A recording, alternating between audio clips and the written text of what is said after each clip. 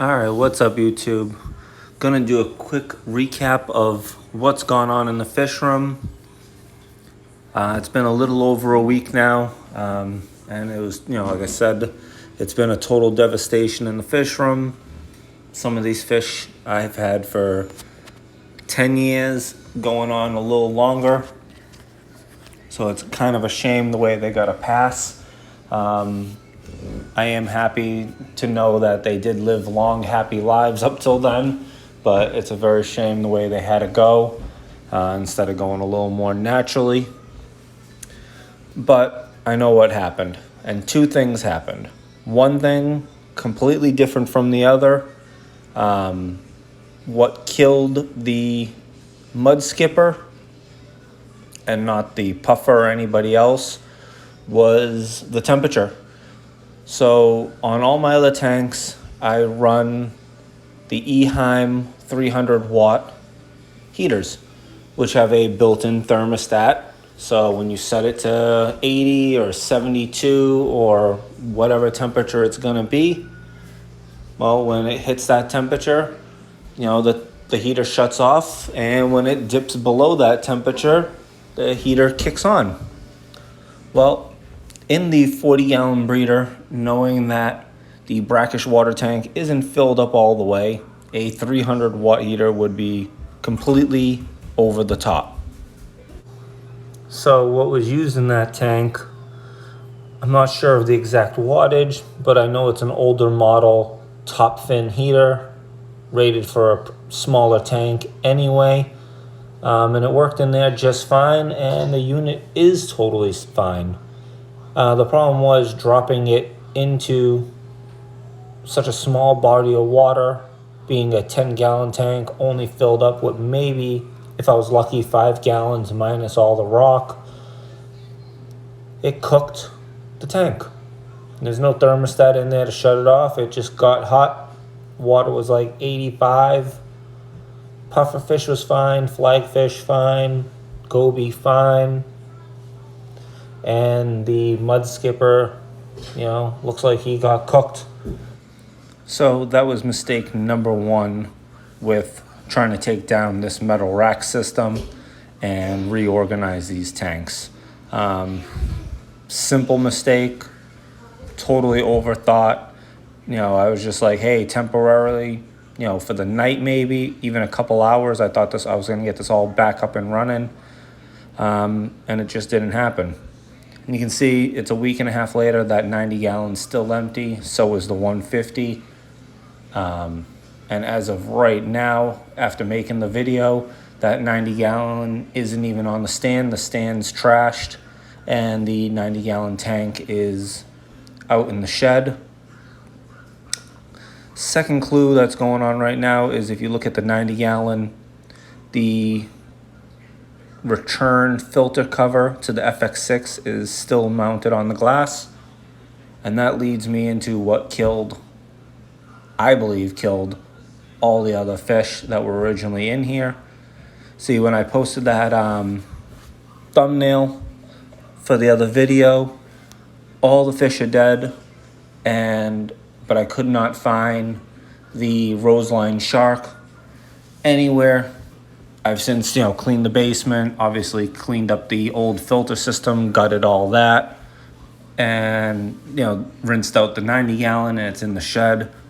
What ended up happening is, because that cover was not on there, that barb got sucked up inside the FX6, kind of got chewed up, turned into mush a little bit.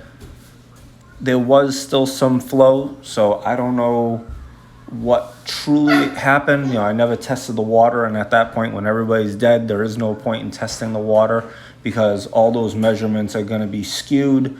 Obviously, if there was something wrong with the water, even before that problem started in the 90 gallon, before it even transferred into the 40. But he did get sucked up inside, clogging up the FX6. Because even in the morning, I still saw like the duckweed and some of the floaters still circulating a little bit. And I did originally turn it down, so it wasn't like they were getting blasted with flow anyway. But what I think happened, he got sucked up in there, or being a 10-year-old fish, the stress of moving him into that small tank or just moving him caused him to die. So either of those scenarios could have happened. Once dead and sucked up into the filter, or getting sucked in then dying, with the ammonia spike, nitrite spike and all that his, deceased body would have caused, polluted the rest of the tank, and then like a snowball effect as each fish probably passed away, each one releasing more toxins into the water, causing the next, fish to pass away as well. And hence why the 2 plecos are the only ones alive at this point, because they are, tough scavenger fish, and they would be able to handle some of those poor water conditions. Now, the leaf fish that I had did survive it and was completely fine the first day that I put him into that other rack system. Unfortunately, none of those tanks that are in the rack system have covers, because they weren't housing large fish. They were housing mostly, small plecos and a whole bunch of live bearers.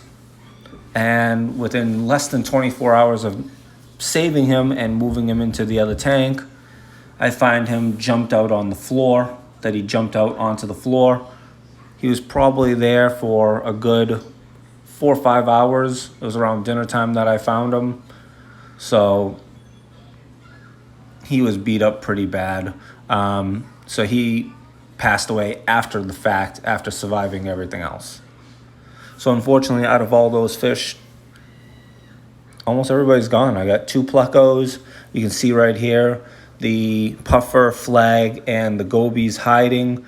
They're doing well for now. Again, that puffer's got to get back into some kind of brackish water eventually. Everybody else in the rack is doing just fine. And everybody else who's in the outdoor tub is doing just fine. So where does the fish room head from here? I'm not 100% sure. Like I said, 90 gallon is completely stripped out, no stand, not even in the basement at this point. The 150 has been exactly where it's been the entire time. May get it set up just to do something, but again, don't know what. And all the survivors, call it, are now jammed into the rack of 8, which I can't stand that rack system anyway, so I don't know what I'm gonna do. I'm not gonna rush anything, because I really need to put some thought into this and decide now, what do I want to do, what type of fish do I want again, and then slowly rebuild to a point that makes it functional, aesthetically nice, and keeps the hobby happy for me. This was a major setback here in the fish room. Guys, like, share, subscribe. I appreciate the feedback. Hopefully this answers all your questions on it. I appreciate everybody who's put comments down, giving me ideas, suggestions on what to do or what it could have been, but this is where the fish room's at for the moment. Like, share, subscribe. Thank you.